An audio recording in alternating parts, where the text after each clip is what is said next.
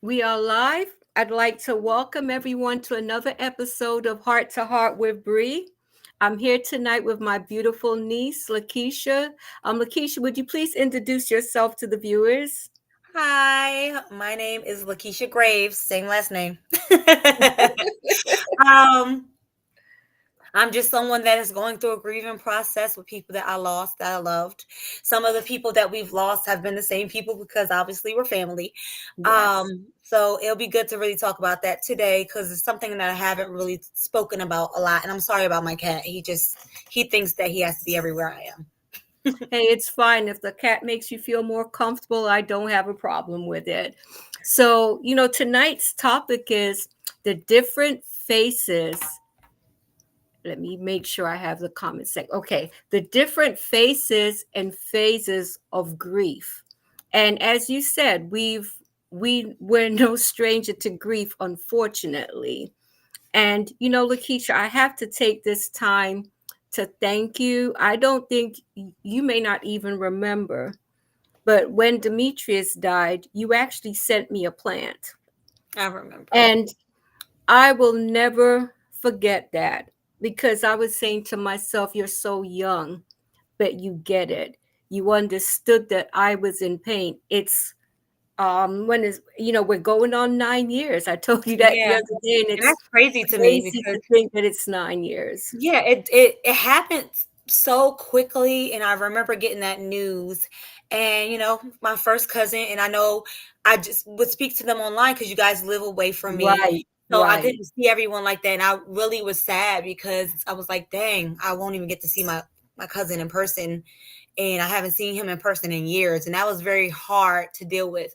So I knew you as a mother losing him was like, and as my uncle as well, and even as my Yes. cousins, I knew, like his brothers and sisters, I knew. I was like, that's heavy. That's really heavy. And him being so young and just such a sweet person, just very smart, just Yes. smart, witty, and just a good person. It was something that you just didn't expect to happen.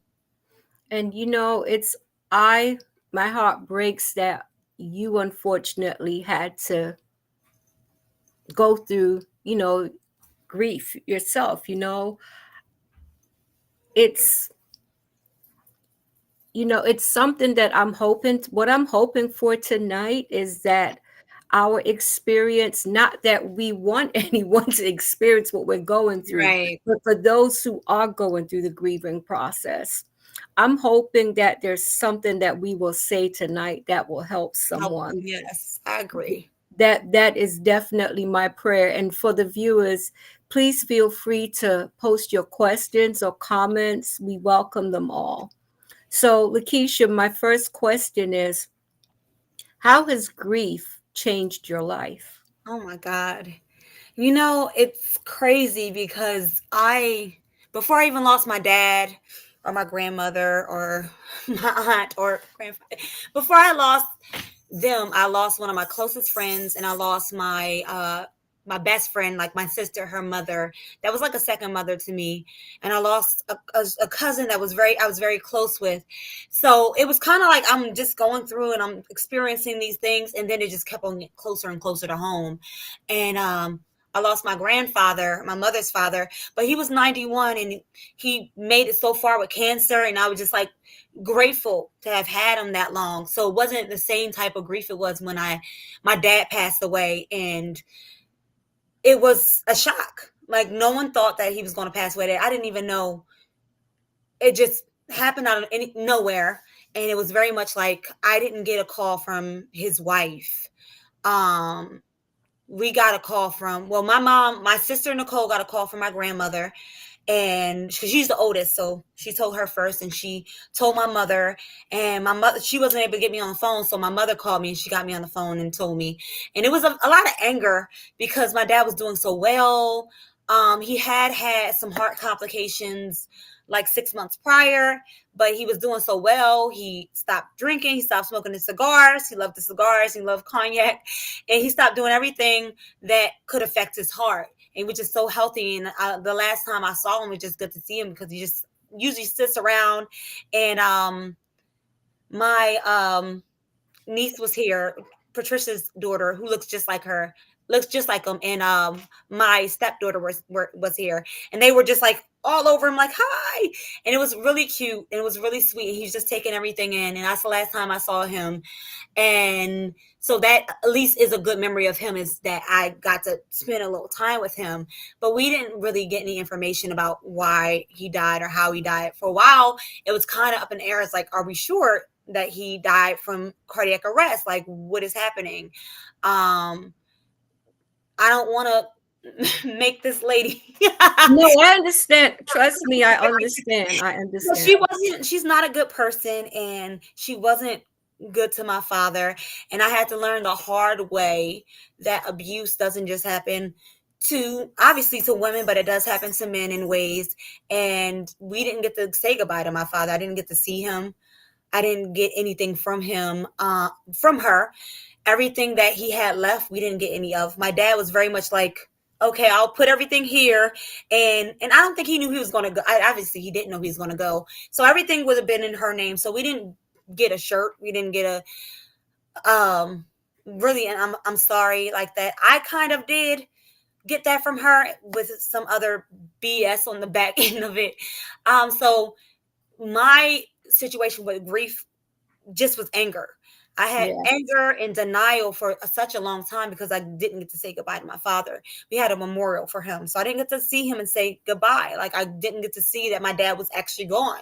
So I have had to live, be 4 years now, without him being around, and without being able to say goodbye, and without having those moments to even like really register that. So for so long, I would see someone that maybe it's the build of my dad or his complexion, and it's almost like my heart would jump out because it's almost like I felt like I was seeing him. So it really changed me in a lot of ways because I was going through work. I just was going. I was every day just trying to get by. And I think at first, when it first happened, I started to drink a little bit more. Like, I wouldn't say it was like alcoholism, but I would have a drink a little bit more often than I would ever have a drink. And it was a little bit of a numbing situation of me just trying to not feel it or think about it. And just having that type of anger of having someone kind of take away a moment that as a child or family member should have to say goodbye to your parent, and have this person not even want you to see them in the funeral home, and just to say, yeah, we're going to cremate him. We're going to burn him. I don't have enough money, when my dad had more than enough money and more than enough benefits to cover his funeral. It was just hard. So it was very much denial, denial, denial for a very long time for me, until I could actually accept that he was gone. That's a very tough thing. And, you know, listening to you, what I would like to say to the viewers, if you have, if you're in a situation where you have remarried, you know, because my parents were divorced also. Right. So I understand where you're coming from. I think there are some conversations that should be had with the children once they're adults, or Mm-hmm. with your former spouse, because I think that it's a tough thing for kids, and it doesn't even necessarily have to be money. Mm-hmm. It could be a book, it could be a Yeah, pen, it for could us, be it a was a watch, book or a something of shirt or anything of his, significance. or Yes. ashes. I wanted some of his ashes. I never got any of my father's ashes. Yes. So that's I think that is something, that's a discussion that I do believe that should take place, because it's a tough thing. I think I don't care how old you are, you still want to feel that connection with your parent. And Mm-hmm. you know, I'm divorced myself, and you know, it's something that I wouldn't want my kids to experience that. But at the end of the day, once divorce takes place, it's unfortunate, but I do think it's a discussion that should take place. I'd like to welcome Andrew Green. Andrew, thank you so much for tuning in. So my next question is, did you find yourself questioning God? Did you lose your faith and trust in him? I really didn't. One thing I will say about me and God is that for me, trials and tribulations, I may have some anger with him sometimes, but it never makes me go away from him. So I might Good. ask him why. why is this happening? And I might have a little anger, but it never makes me. I fall into God when I'm going through something. I fall into Him, and I felt like this is. I'm like, that's my only connection really now to my Father. It's through God. So I would never let that go, especially when that's the connection I had left to my Father is God.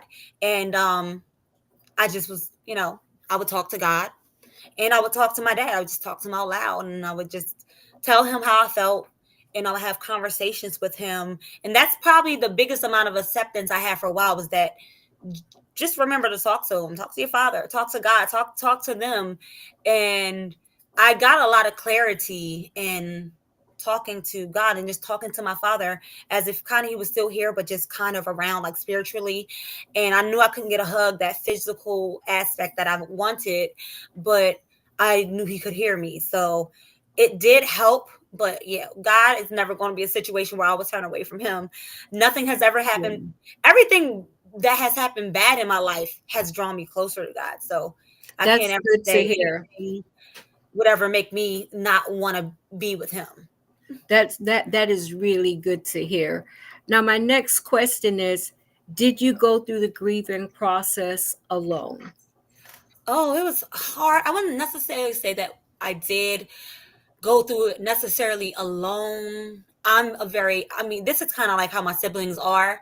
My dad's very much of a kind of drawn in person, so sometimes you won't know that he's sad or upset. So I did lean into my siblings, but at the same time we were going through things by ourselves sometimes. Yes. But we tried to really keep my dad's memory alive by, on his birthday, celebrating his birthday, doing birthday parties, on the memorial of his death, going somewhere, like doing something that he would want us to do together as a family. So um that helped, but it was a very much part of me that felt alone. And I could go to my siblings, but I knew that we were just trying to process it all. It was a very complicated situation to have happen, to not know that your father's spouse now doesn't like you for some reason when you were good with her, but she also doesn't want you to see your father. So, and to still try to keep that memory alive of him, because she didn't have a funeral for him. We just had a memorial. She just, like, all the years she was with him, maybe like I think like 14 years, 13, 14 years, she was with him, like, or married to him, or at least in a relationship with him. I couldn't understand how you could do that to someone that you supposedly love so much, um that you just wouldn't even celebrate his life, or even acknowledge it in any type of way, and just throw him away. Like, it felt like she threw him away like he was trash. So all of us, like my family, his friends, everyone that loved them, we had to make sure that we kept that alive, that we didn't let her take something away from him, because he was important. He mattered to so many people. He was such a good person. He was a great cop, very fair. You'll hear people that I've met, people that have been in jail, and are like, your dad was so fair. He helped me so much. He helped me really get my life on track. And that was just a testament to who he was as a person. So as much as that turned out the way it did, and that aloneness, and really kind of having my siblings, and and my mom too, but she was going through a lot of health issues at the time. So that was hard for Yes. her. So it was hard to navigate having a sick mom and your dad being passed away, and you're just hoping that, okay, she doesn't go anywhere, because I need her, especially if I don't have my dad now. So Yes. it could be lonely. It could be lonely, but we did try to fall into each other. But we're also all kind of a little bit private. Like, we kind of isolate a little bit and try to feel our feelings alone. But I will say that it did bring some of my family very much together, very close. But you still have that solitude in it, because you're mourning it in a way that other people are not. They have their own way of mourning things. That is So true. it's it's lonely in that sense. That it's like, I know you're hurting, but this is how I'm hurting. And as much as we're both hurting, we're hurting in different ways that maybe we don't really understand, even though we lost the same person. Yes. I mean, I can I can so relate to everything that you just said. I'd like to welcome Cedric. Thank you so much for tuning in, Right. Cedric. You know, I will tell you that this grief journey it's been the saddest and loneliest journey that I've ever been on. And I have just felt I didn't always know how to express how and what I was feeling. And there are times you can be with me and you don't even understand how broken my heart is at that moment. Yeah, I can be sitting there laughing and talking to you, but in my heart, I'm it's thinking completely about my shattered. son. And, Yeah, and my heart is just so broken, especially during the milestones. right. It's like from November the 13th, which was Demetrius's birthday, until Super Bowl Sunday, which I regret having his funeral on that day. I've said it so many times on this podcast. But it's like during that time, it's like a season of mourning. Not saying that I'm not always mourning his loss, but Right. the But milestones. that particular day is heavier than every Yes, other day. yes, yes. You totally get it. And I tell you, it's taken a while, but to get to the point where I can talk about it and not cry, but it still feels fresh every day. And there are days when I say to myself, I can't believe Demetrius isn't here anymore. I find Mm. myself saying that because there are days it'll just hit me out of nowhere. And I do remember when I heard about your dad, I couldn't believe it. I just, it was a shock because, as far as I'm concerned, he was still a young man. I don't call Yeah, he myself was. old by any means. We were Very, close and I think in that's very age. hard too, because Demetrius was very young. He was 23, He was right? 25. He had just turned 25. 25. 25. Just turned 25 when he passed away. Because I remember me and Demetrius are like, I think like 4 years apart in age. Okay. And I remember thinking, I was like, oh my God. And I was like, I was literally in my head, I was like, I have to plan to see my cousins. I have to go see them. I'm talking to them online all the time. And I literally, honestly, it's that day when I found out he passed away, I didn't go to work. I got a write up because I didn't go to work because my cousin passed away, which I think is crazy. But I got a write up because I didn't go to work that day. And I was like, I'm not going to work today. My cousin's I no think longer it's the here. shock of it. I think Yeah. it's it it brings it to home. It brings it home that, what? Oh my gosh, if it could happen to this person, you know, we're in the same age group, because like your dad and I were close Yeah. in age. Right. So it just gave me that, it's one of the biggest lessons, and you can tell me if you agree. I'd like to welcome my dear friend Karen. Thank you so much for Hello. tuning in, Karen.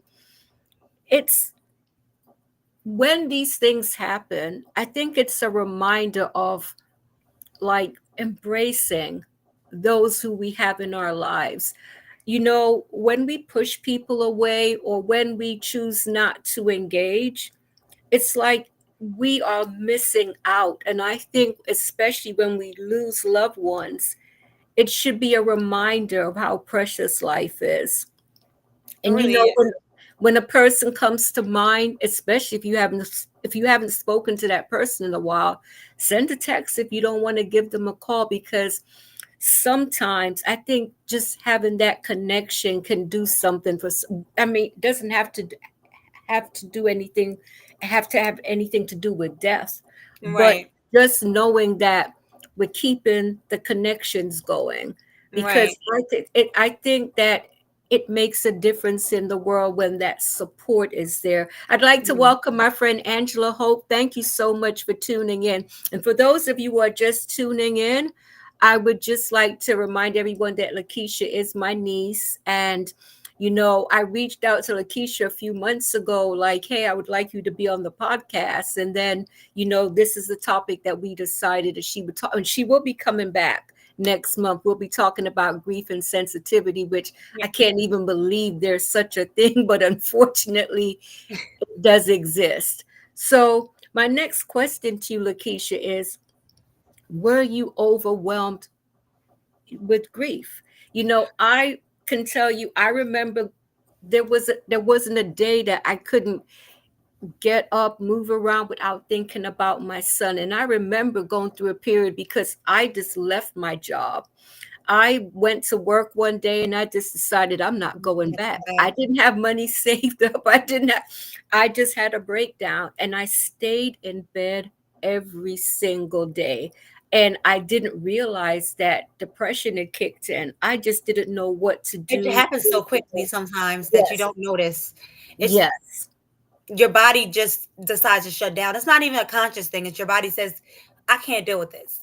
yes, With no yes, conversations with you at all. It's just gonna say, "Yeah, you know what? This is not gonna work for me. I can't deal with it." And I'm not surprised you went through that. That was a lot for you. That was a lot yes, for you. And no one wants to lose a child. And you're not supposed to lose your child. You're like, the whole idea is that you're supposed to live your life and your child's supposed to bury you, and that's the that's the natural truth. progression That's the thing. truth. Yeah. I So, would say what did you do when you went through the feeling of being like overwhelmed? so when I felt so I don't know, it's mine's a little complicated. But I would feel overwhelmed to the point that I would get low, and I would still get up and I would still try to do things, and I still try to honor my dad in the sense that he would want me to keep going. But Yes, I definitely had times where it was just like almost felt like, and I wasn't suicidal. I didn't want to die, but it was like I don't want to live without this person. I Like get it. I totally I get didn't it. I didn't I didn't want to live with I didn't want to be gone. I just didn't want to live without him. And that heaviness on you of Yes, not wanting to live without somebody, knowing that, and I don't know what people always say that, oh, it gets better with time. I have a hard time with that because the longer he's gone, the more I realize that he's never going to be here. and you So miss it's him. like, You continue yeah, to the more miss I miss him. him, and I have such a hard time with that. Like, especially it's going on 4 years, and it's like the other day, like Wednesday, um, I cried like a baby. I was at work. I work from home, but I didn't have to be on. Like no one was seeing me. I just started crying. I was just thinking about my dad, and I was just like, I can't believe that. And I just thought, and his mother just passed away too, my grandmother. So that was another thing. It just made me feel another connection to him being ripped away from me, and it just made it harder. Losing her, and obviously she's a little bit older, but hers was a surprise too. I didn't think Yes. she was gonna go. She's so strong willed.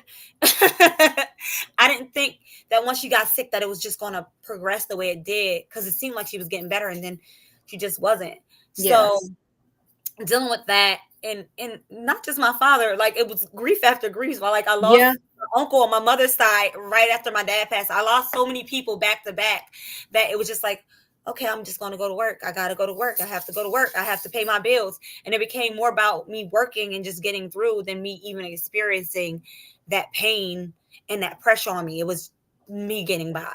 So I didn't really get that experience sometimes because it was so heavy with so many people I loved, with my aunt Tony passing away, my dad's aunt, and my grandmother's husband, my Papa West, he passed away. That was like a year ago. So all those things just happened back to back, and I'm like, I haven't even really dealt with my dad yet. Like, Right, how am right. I So it going to was more deal with everybody else?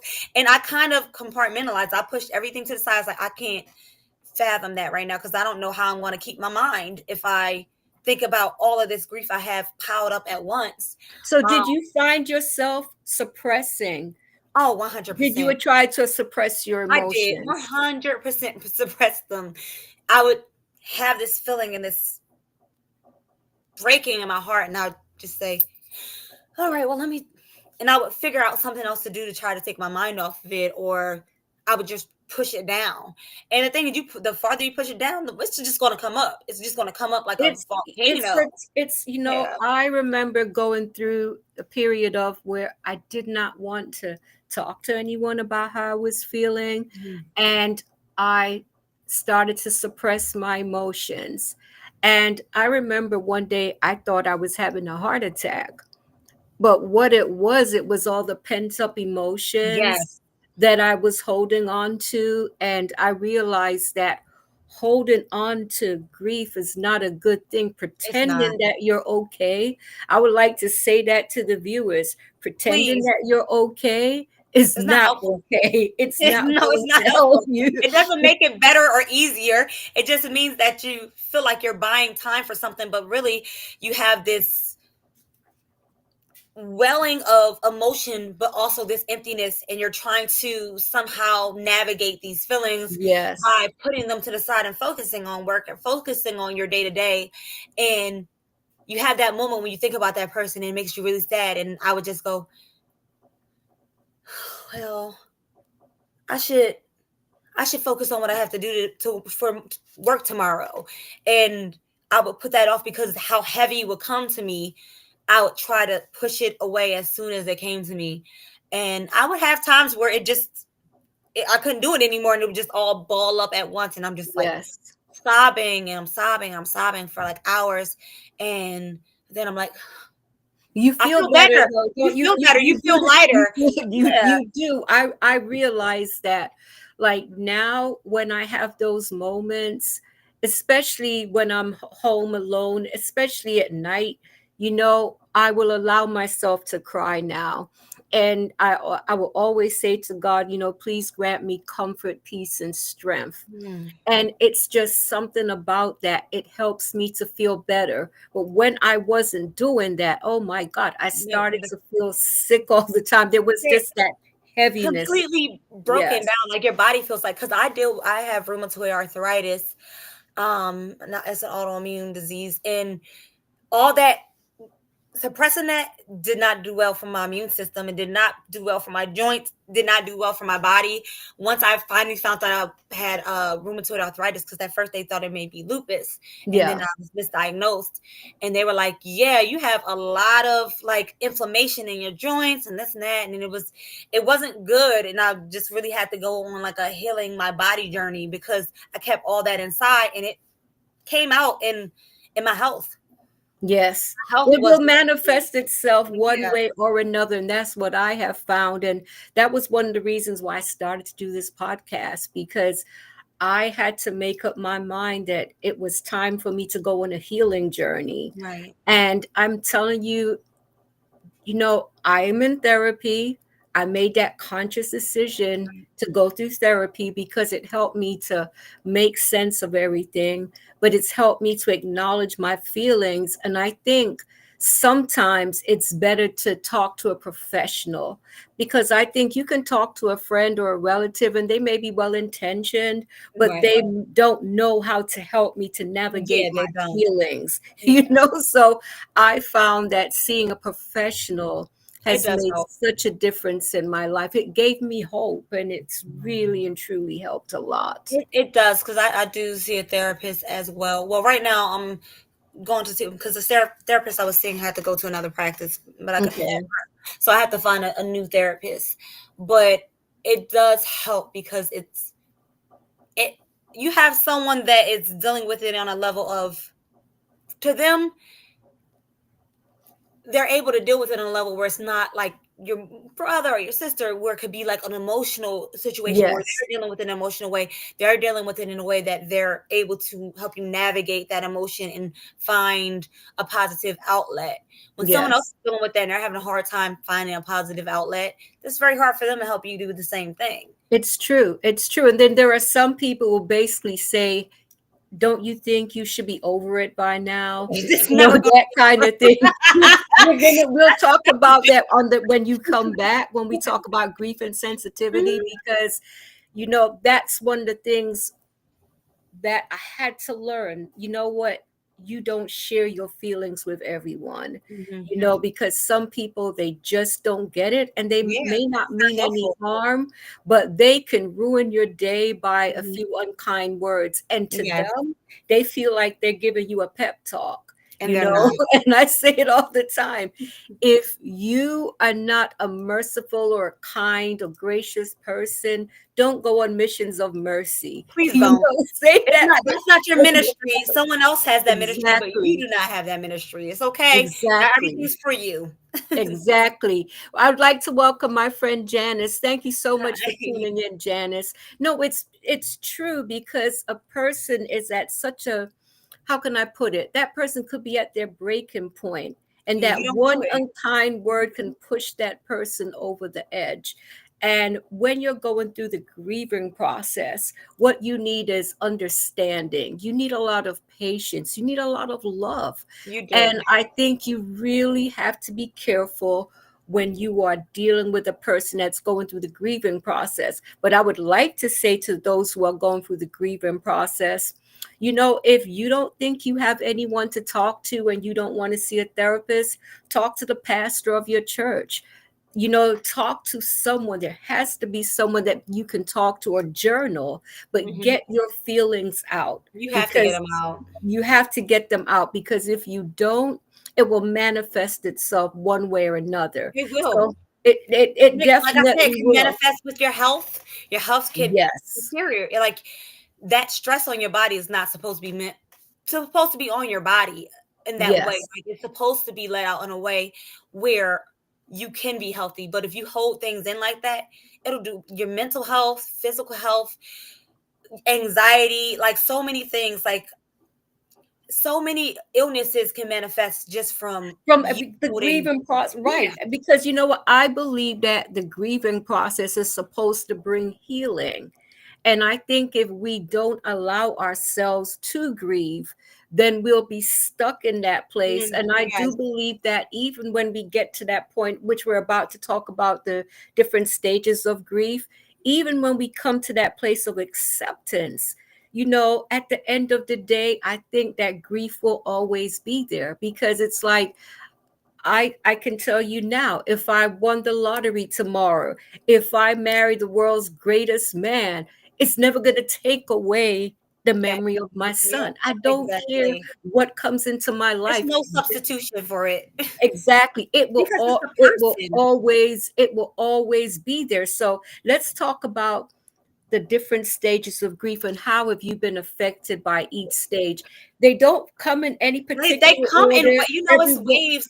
It switches up. yes, I yes, kind of and got it's to acceptance, different. and at some point, it was back to denial. you Right. know, I mean, it's yeah, true. And I'd like to thank Angela, saying this is gold, this is good. Thank you so much, Angela. Our hope for this episode was that maybe someone out there who is grieving can resonate with yeah. what we have been through during the grieving process. So, Lakeisha, I have to ask you the stages of grief, denial. How can you relate to that? Denial was my biggest stage, and it's interesting because maybe a year out of my dad passing away, um my uncle passed away. And I remember being told my uncle passed away. I was like, no, he didn't. For my sister. And like my brain just felt like it broke because I'm like, no, he didn't. There's no possible way that God would take my father and then take my uncle like right after each other. Like there's no way. And that's what I'm talking about, like the anger with God, but not turning away from God. I was just Right, like, I there's no way that's understand. gonna happen. So that was in I got to see him in the hospital after he passed away, and having to deal with that and trying to deal with the emotions of how much I love my uncle and how much I love my dad. My uncle, I pushed that so far back because I could not handle dealing with the grief of both of these men who were close, that they loved each other, and them both being gone, and two people that were very important to me. So it was just like, no, he's not. No, he's not. And then I feel like my brain broke for a second because I sat there and I didn't believe, know my sister wouldn't lie to me, but it was like I couldn't believe. You just Yeah, didn't want I to was, yeah, process that. You yeah. did not want My to brain accept couldn't it. process it. I sat there for a good maybe 30 minutes, just blank. And I was just like, what? What? And I was like, this can't be happening. And then I had to be there for my mom because that was her brother. Um, and she had like, and with her, my father and her weren't together anymore, but they both still had love for each other. They had all their Of kids together. course.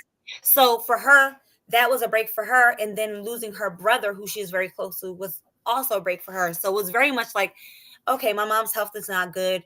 I got to be there for her. So some of my stuff to grief were just like denial. Let's put that over there for now. We can't deal with it. And that was a lot of it for a while. Was a lot of, okay, well, I know this happened, but I can't deal with this right You now. know And I'm what? not going You to deal with it right now. When my son died, I can tell you that It's like that. I told myself that first night, I said, you know what? This is a bad dream. This is Hmm. a bad dream. So when I go to bed tonight, when I wake up in the morning, it will be a bad dream. And Exactly. I did this every night up until his funeral. And I will never forget that morning. That's when I had to make peace with it and say, you know what? This has actually happened. I'm getting ready to go to my son's funeral. And I had to pray like I'd never prayed before for the strength to Hmm. go and deal with everything. But I won't lie to you. Every night I went to bed because I believed I would have been able to dream this whole thing away. I Right. would Angela saying I once heard someone say grief is love for someone that has nowhere to go. It And I is. can I and that is agree. the truth. That That is is the the truth. truth. And Juliet Nelson, thank you so much for tuning in, Yes. Juliet. She says, hello, everyone. Great topic because most of us have experienced grief at some point. What makes it different is the way we go through the process. It is Hmm. said that grief is a war that does not end. The It doesn't. feelings, though uncomfortable, should not be rushed. And I thank you for saying Yes. that, Thank Juliet, you. because that was one of the things I tried to do, rush through the process because I felt that people were putting a timeline on me like, come on. It's really, and I think that's people, and maybe they never had grief in that way. That it's no time, like it's the rest of your life. You will It's always, the truth. it's the rest of It's your the life. It's truth. never going to go away. It's just what you deal with it, and how you deal with it, and how you move with it, and how you allow it to live in space with you, and how you cope with it. That's all you can do. It's nothing other than that you can do. You can't make it walk. Oh yeah, that's a whole human being, a whole spirit, a whole person, a whole life, It's a whole true. energy that's gone. You can't, that's never going to be erased. So grief can never go anywhere when you have this physical body that had this spirit in there that can't go away. That's a space that can never be filled or never, I mean, just can never, it can never erase. it's the truth. I'm telling you that hindsight is always 2020. And there was, I remember reading a book on grief where it said that, you know, eventually, like it compared grief to like it's standing up to the waves. You're standing Mhm, up and the waves are coming at you and you're going to stand there, but eventually one of those waves will knock you down. And it mhm, said that's how grief is. You mhm. can't carry on without letting it out at Yeah. some point. I love to read, so what I try to do is read all these books on grief because I thought, okay, these books will tell me how to cure this feeling, this horrible feeling that I want to get Yeah. rid of. But that was It's just not, not the case. that's not the Not case. at As much all. as you're like, okay, I'm good. I've accepted it. Acceptance does not mean that the pain goes away. It And maybe doesn't. it's not there as constant every day, but some days it can come there and it can hit you harder than it felt like it hit you in months. And you're like, wow, I feel like I just got like knocked out. It's And true. that's why it's like it's not linear. That grief process, the steps, they go here, then they go right back down and It's right back true. up, and you're just keep on walking up and down these stairs and It's finding yourself at a true. different point. It's so true. Let's talk about anger. How did anger manifest itself for you during the grief process?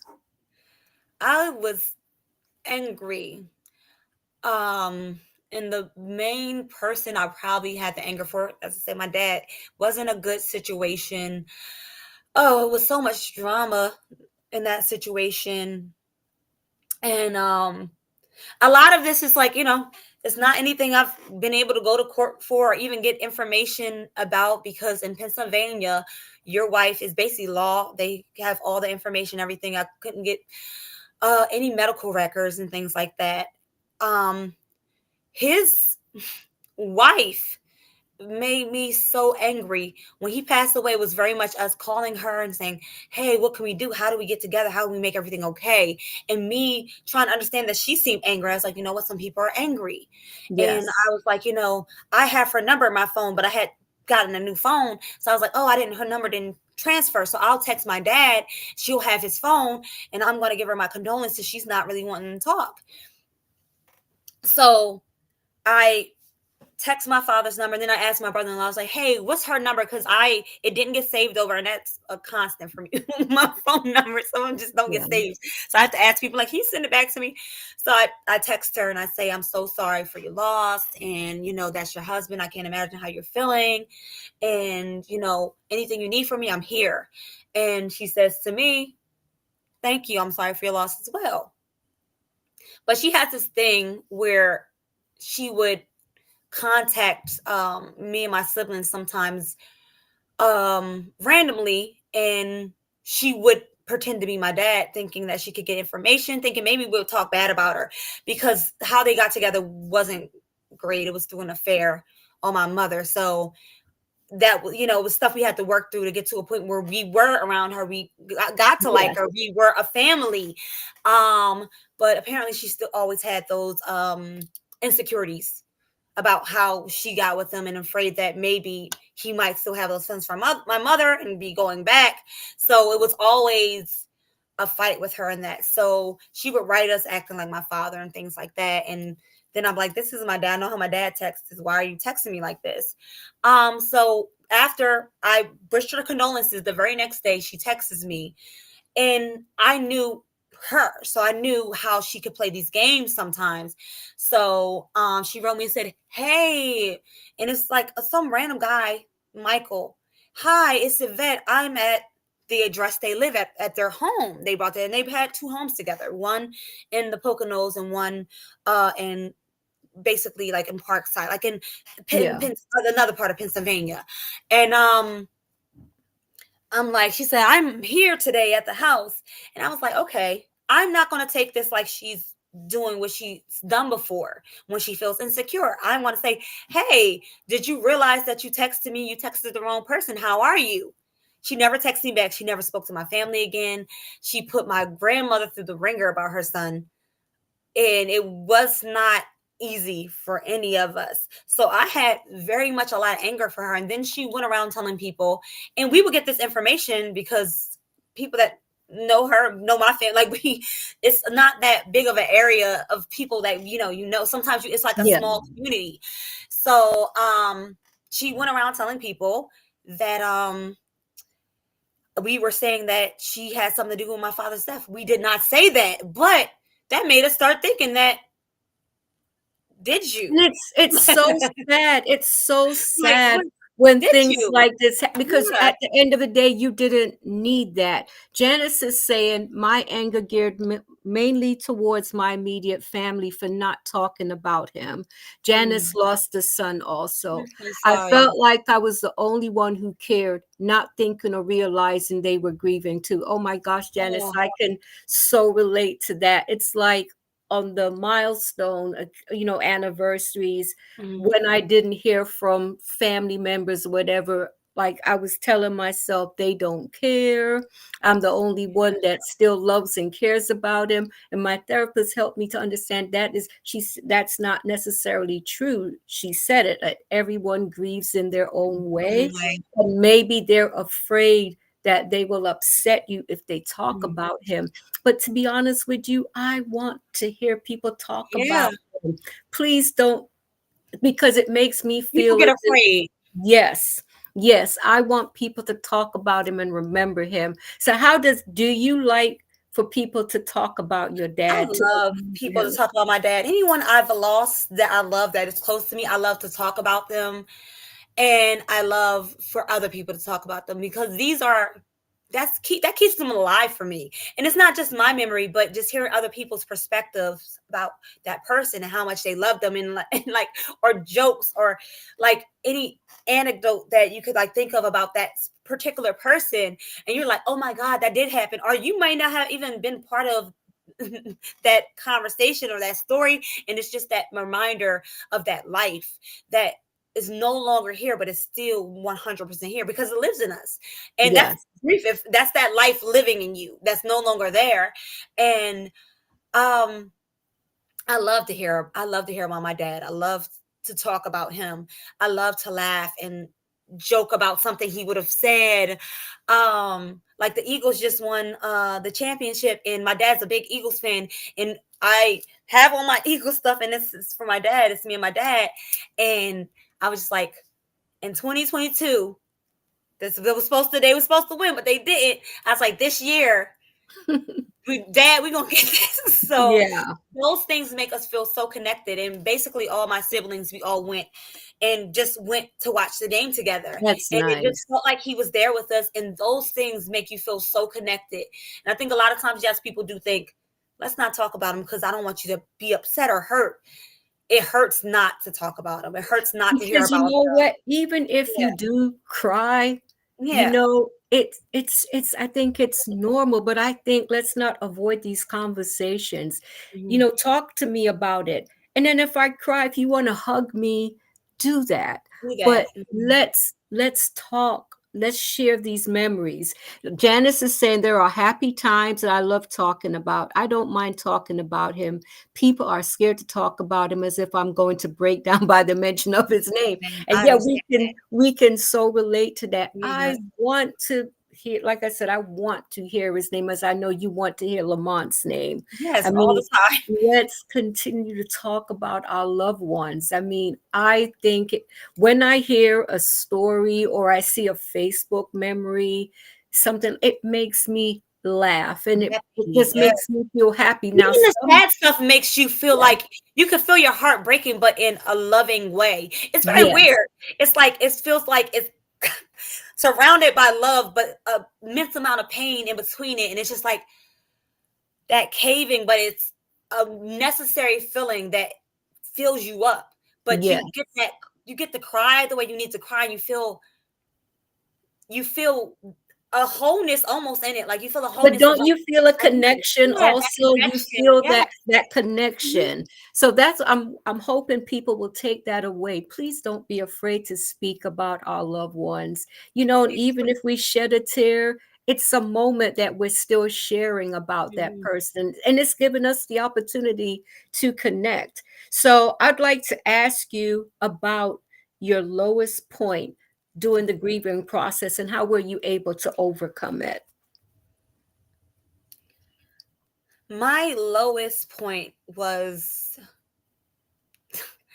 my lowest point. One of my lowest points were going to the funeral home where my dad's body was and begging the funeral director just to let me see him and crying to this man about it. And someone that actually knew my father and was a friend of my Yeah. father, and him thinking my tears made him feel guilty, and it made him feel like I was attacking him, and I wasn't attacking him. It took me aback when he thought that I was like coming at him in a way that I was angry at him, when I was just sad that I wanted to see my father, and I'm just begging Yes. anyone or anybody, could that happen? Is there any way we can do this? Like, is the way we can find out how this is possible for me to say goodbye to my dad? Because at this point in my head, my dad's gone, but he's not gone to me because I didn't Right. get to say goodbye to him. I didn't get to see him. So that understanding that other people's response to you and your feelings of grief is can be guilt, and his Yeah. was very much guilt about my pain not being able to see my father, and him feeling a responsibility in some type of way about it and getting defensive. And it was like a situation where I had to kind of take myself away from that, but I had this anger with this man for years, and I'm just like, I was at my lowest crying No, to that's a you, took tough it one. like I was attacking you, and I said, that's not on me, that's on you. You feel bad about not being able to give me something that you probably wish you could. um but instead of saying that in a way or being compassionate, he wasn't compassionate. And it just kind of was really bad. And then having after that situation, that's where my we were still trying to negotiate with my dad's wife about um seeing him, and her kind of getting to the point like, no, I'm not doing that, y'all could just burn him, cremate him now. And the information we're getting back from uh the funeral director is, this is, I'm sorry, this is happening. But for me, I always remember that kindness he didn't show me. And that That's a anger I tough had with one. her about her trying to feeling like she was erasing my father. And I was like, you can't erase my father. He's in my veins. You can never take him away from me. He lives in me, and you want to take him away from me and my family, but you can't do that because we love him too much. And that anger with her, that brought me real low. Yeah. How much I felt like I hated this person. I never hated anyone before, but the way I felt like I hated her for trying to erase my father and take away this love that everyone had for him and try to make it seem like it didn't exist. And she didn't win because it was a snowstorm when his memorial was, and the cops still came out and he still had his salutes, and everyone still tried to make it. It still was a packed, it was still packed in there for the memorial, even though a lot of people just couldn't make it because they were iced in. And I was like, dang, if this didn't happen this day. And I said, God gives some people rain. They gave my dad snow. And I was like, it was something beautiful about that to me. And I was like, you can't take this away from me or that moment. But I do get caught up on not being able to say goodbye to him in the way that I really wanted to say goodbye to Yeah. him. That's But that hard. anger, for me, the lowest, feeling like not want to leave the bed, just kind of like, I just want to be around my dad. I want to be with my dad, and not feeling like I want to die, but just wanting to be with him. And I'm like, if I could, like, I don't know, have my spirit leave my body for 2 seconds and give him a hug and then come back, I would do that. Yeah. And that's where I was. But the anger I had with his death, that is the Yeah, lowest. I could understand why that would be a low point for you. I can tell you my lowest point was, my son's funeral. I had an open casket because I told myself I just need to look at him as long as I can. I know Mhm. some of my family members weren't happy about that, but I wasn't being morbid. I just wanted to look at my child. And I remember when they said that they were going to give everyone an opportunity to look at him for the last time and then close it. And I will never forget. I just felt like I didn't know what to do with myself. And I remember asking them, please, can you just leave it open for one more minute? And I will never forget that feeling inside. And when they closed it, when they closed it, and I'm saying to myself, he has asthma. Why are you doing that? I knew he was gone, but I'm saying to myself, he has asthma. And there they are, they're about to close it rationally. I knew that was irrational. I knew that was irrational. But and in that moment, I had to really regain my composure. And that was where it's like, I know there's a God because that's the only way I could have made it through that.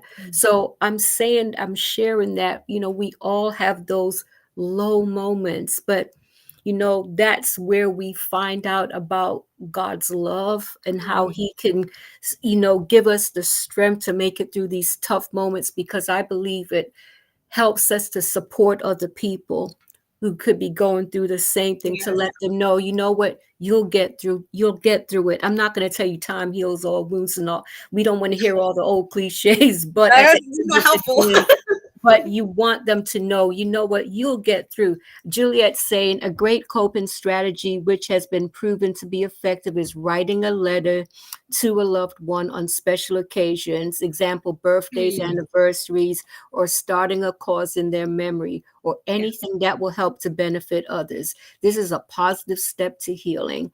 There are many different ways to help with this, but a great therapist is one of the most effective support Mm. resources during the grief process. And that is Yes, so I true. As we agree. both said, thank Yeah. goodness we both decided to go through therapy, because that has been very helpful. Now, what did you do to numb the pain? What did you do? What was your coping mechanism? At first, like I said, I would have a little bit more wine than I used to. It wasn't like an everyday thing, but it was like, okay, I'm really missing them. I'll have a glass of wine. And it wasn't something I would do before. I'm like, I'll have a glass of wine because I miss someone. I mean, it's something I stopped doing. And it was something that I did often, but it was more often than I would drink wine. Yes. And I mean, that wasn't helpful because all I would do is drink wine and cry about Yes. them. So it didn't help anything. It just made me cry about them more. That was one thing that was, it just wasn't a healthy situation. Um, a lot of times I would see him in my dream. So I would like to sleep. Sometimes I didn't want to wake up. No, So I get it. I I would totally do get something it. like, let me go to sleep because I want to see my dad. And I know he'll be there. Like he'll be there tonight. I know he'll be there. I'll see my dad tonight. And that was my way of being able to be with him, was if I go to sleep, I can be with my dad. I totally get it. I can tell you what I did was, For a long time, I barely ate anything and I didn't sleep. I lost a lot of Sleep. Oh my weight. God, the sleep part. Oh, yeah. I wish, I mean, I wanted to sleep, but I couldn't. Yeah. And I was lucky if I got 3 hours of sleep each night. Now I do believe it had a lot to do with because I was going through like perimenopause at the time. I think that had a lot to do with it, but the adding the grief to it. But I deprived myself of food and I felt like I was punishing myself for some Mhm. reason. It's like I got to the point where it didn't take very much to fill me up. I could take a couple bites. I look Yeah. back at those pictures, I look like a skeleton, but I just did not want to eat. And it was weird, but it helped me for somehow I focused my attention on not eating. Mhm. And it helped, but it didn't help at the same time because I was not healthy and I was definitely very tired all the time, Can I which ask you a was question? Do mhm. you think that you not want to eat maybe it's because you felt empty yourself and you didn't want to feel full? I believe that because as I said, I felt like I was punishing myself, like Yeah. I deserved to be punished because I felt that I let my son down. I felt You like didn't. Oh my there's God, something I please don't could say have that. done.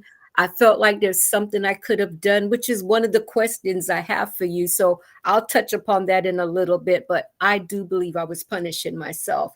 Now, did your life become chaotic and did you question your sanity?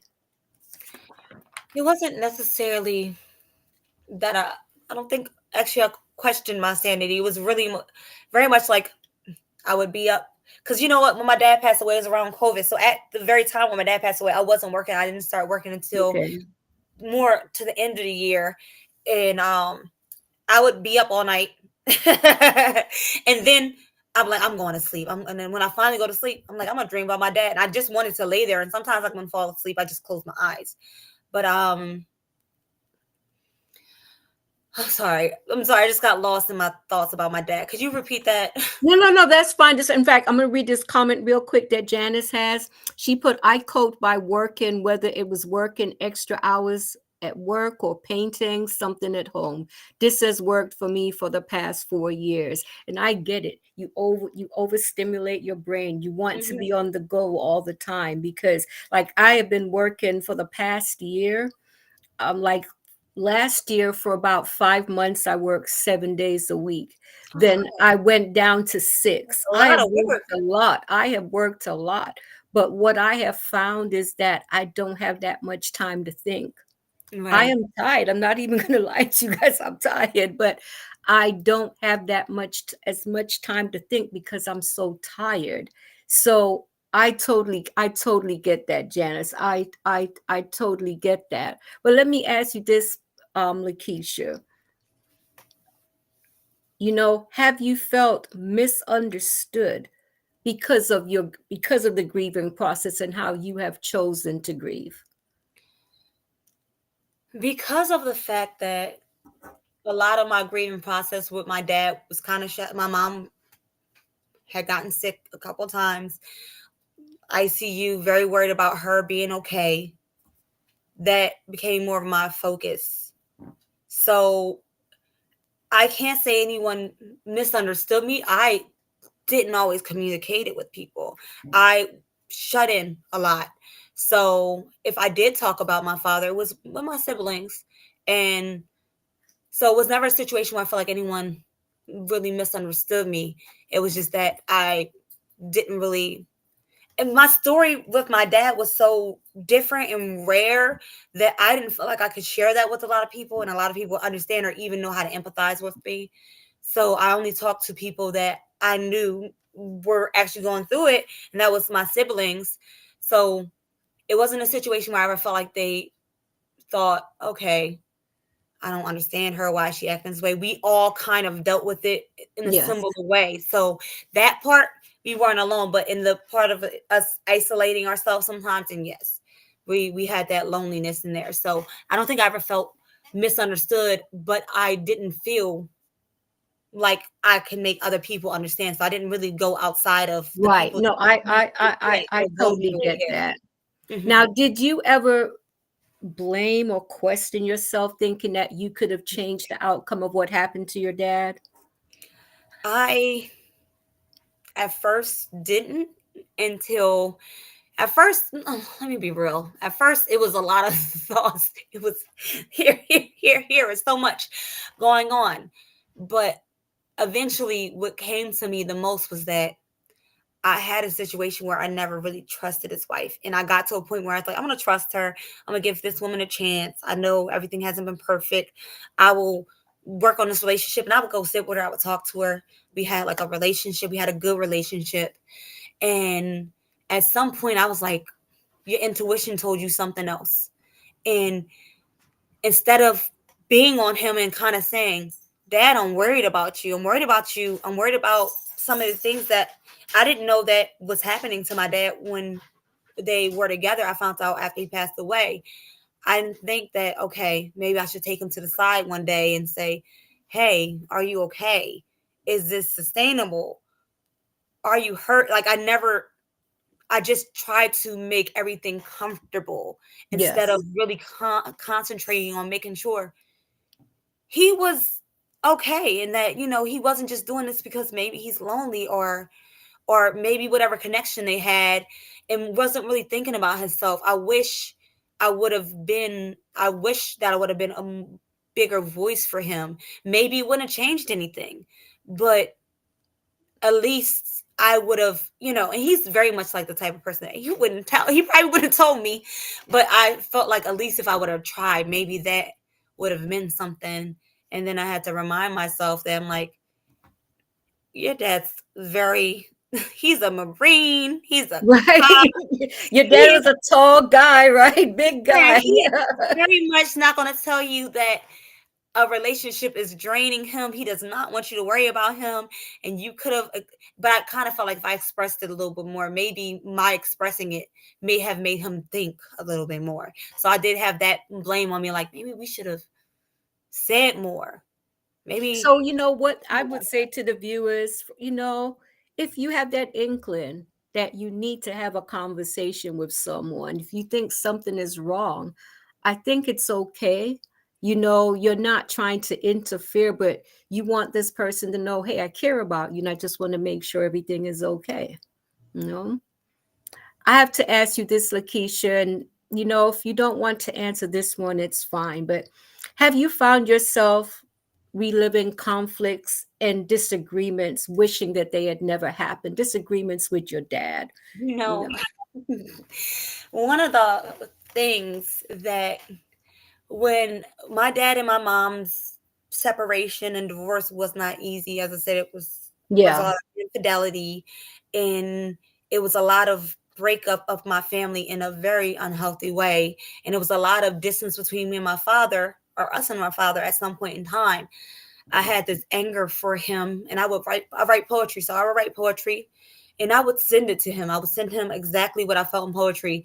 And at some point, one of a poem I wrote was about my father and he had gotten married and he was too afraid to tell us that he was getting married. So he didn't say anything to us. So we found out accidentally from a family, a relative.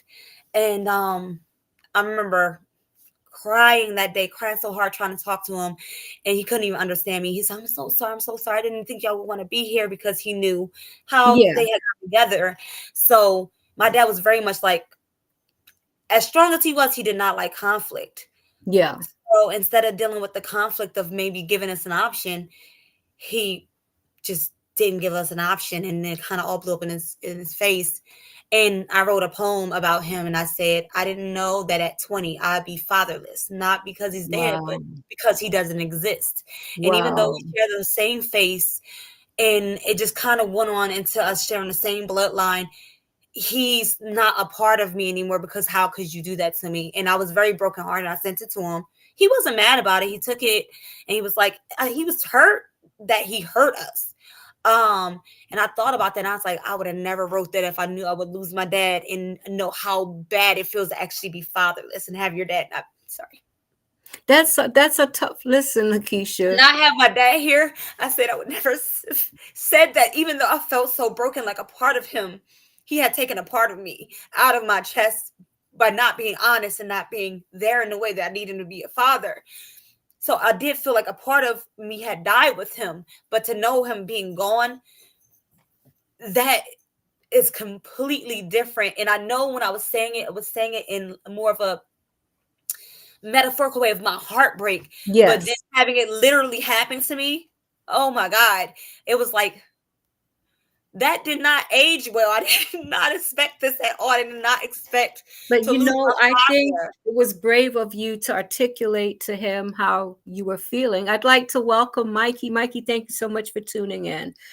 I think that you had the courage to tell him how you were feeling. And I do believe that divorce is very hard on the children.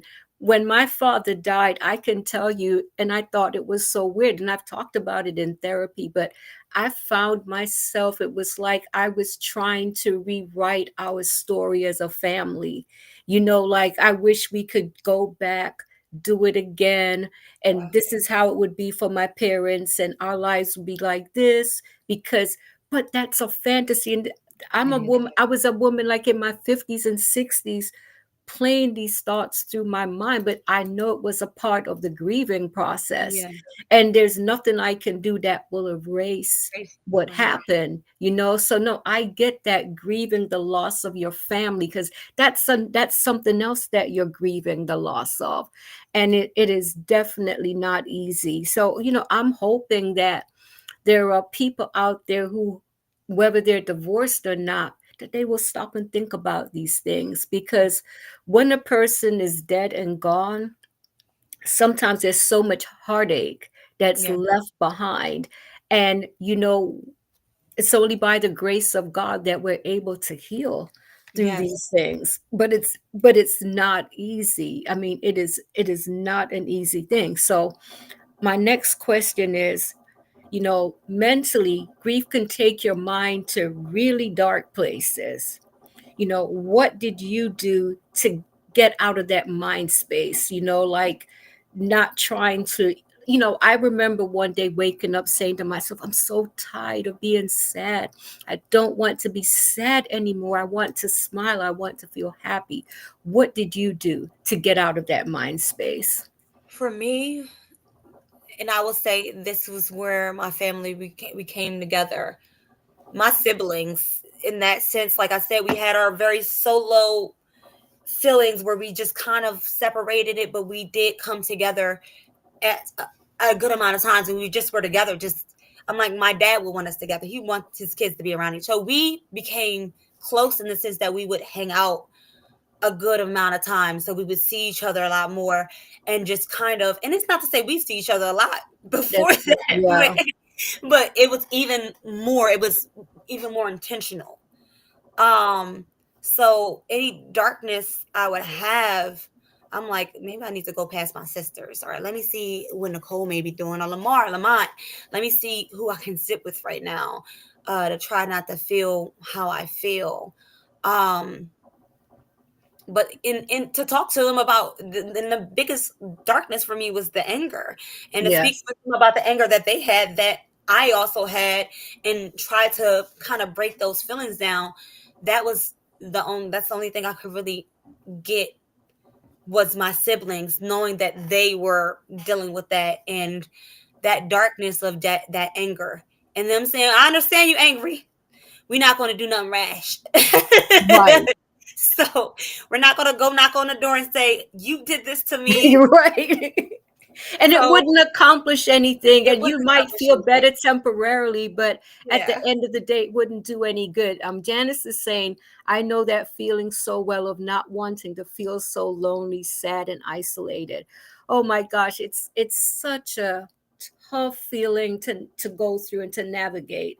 I tell you, I thank God for, I do my morning devotionals, and I do them again in the evenings. And I think that time of connecting with God has helped me so much. It helped me to get to the point of acceptance.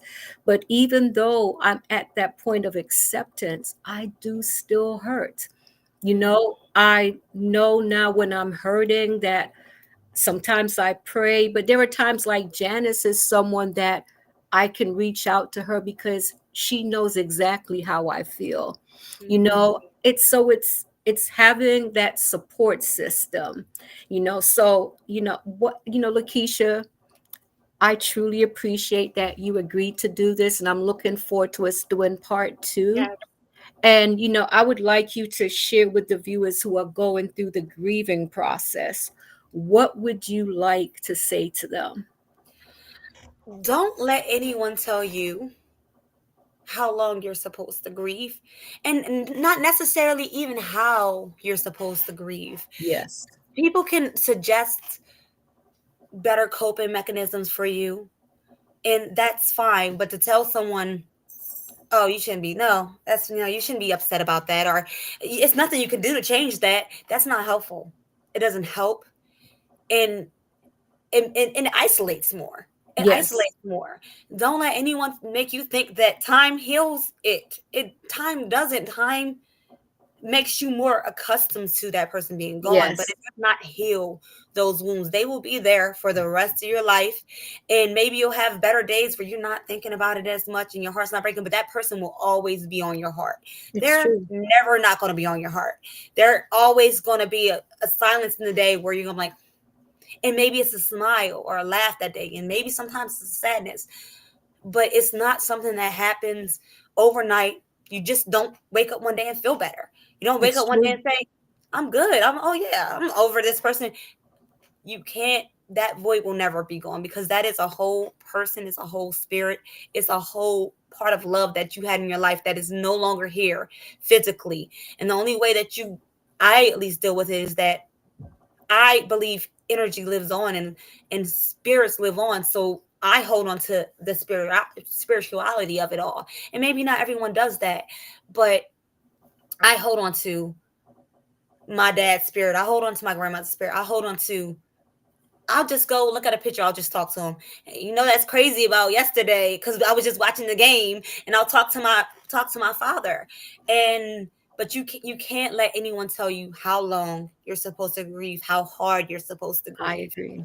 You can only learn how to cope with the grief in a healthy way. And not everyone's going to grieve the way you grieve. You It's might true. feel like you're crying every day. Someone could be stoic and be just as much in pain as you, but in a way that you just don't see it. So It's don't true. underestimate anyone else's grief either. Just listen. Just listen. The best thing you can do is listen. And if I agree.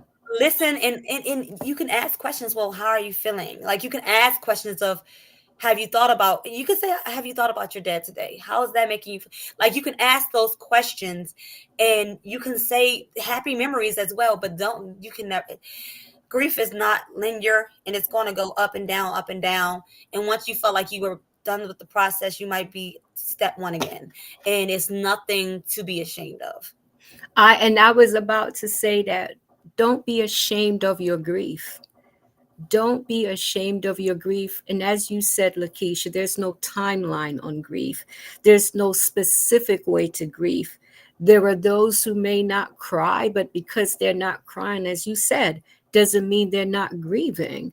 And there are those who are crying. That's their way of releasing the Mhm. pain, So I think we need to stop. I don't, stop telling people how to grieve, trying to now, unless you're a professional. Yeah. If you're not a professional, then tread carefully when you are trying to advise someone who is going through the grieving process, because it's a very delicate time for that person. Because I can tell you, losing my son, I felt a lot of fear, and I can't explain to you why, but it was like the world did not make sense to me anymore. There were so many things that I questioned. I became hyper vigilant when it came to my other children. I Mm. remember calling my youngest son one day. I must have called him about 50 times. So when he saw all the missed calls from me, he called me back in a panic. I had to apologize to him, but I realized that was me being so afraid. Mhm. So it's like I had to learn to step back, and I have to trust God in the process. Mm. So with grief, I'm telling you, it's like if you are going through grief to the point where you're no longer functional.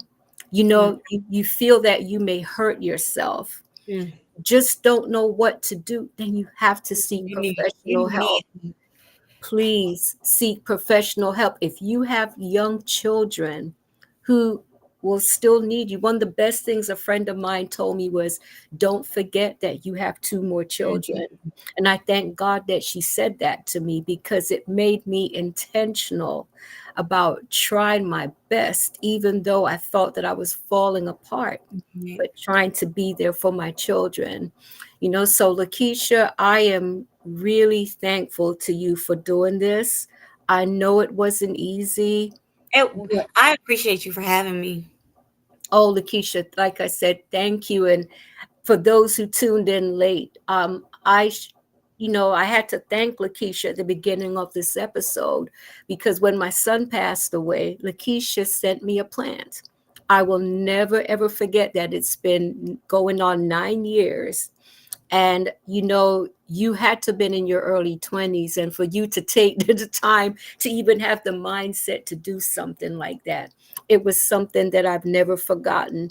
So I am just proud to call you my niece. I think you're beautiful and talented. Love you. You have so much to share with the world, and I thank you for taking the time to share what you have gone through during the grieving process.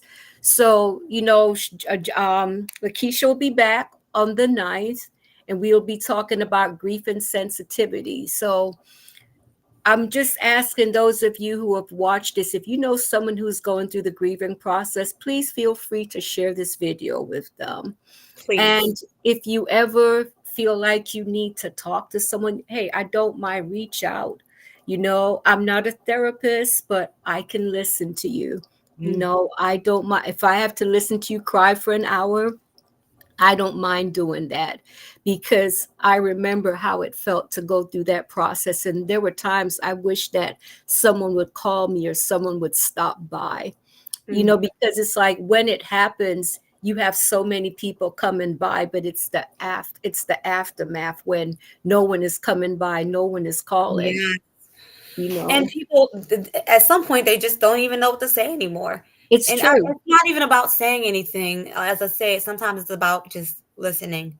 Because Yes, I would say that a lot of people, when they're in a better place, that may be true, but that doesn't change the fact that I'm hurt right now. And sometimes those, even things like that, aren't as helpful as people think they are. Sometimes it's it's like, well, true. I'm sad right now and I know they're in a better place, but I can be sad, I can be angry. You just have to let people feel what they have to feel. I totally agree. And sometimes it's that unspoken word. Sometimes Mhm, it's just simply your presence. You can hold the person's hand, you can give them a hug, mhm. but be encouraging, and no grief shaming, please. Please. Let's allow people to grieve in their own way, and pray. Let's pray for these individuals who are going through grief. At the end of the day, we all need prayers. So I'm wishing everyone a blessed week. Lakeisha, once again, thank you so much. Of I'm course. looking Thank you for forward to having you coming back. And me. Yes, me too. thank you so much. And take care, everyone. God bless. And I'm looking forward to seeing everyone.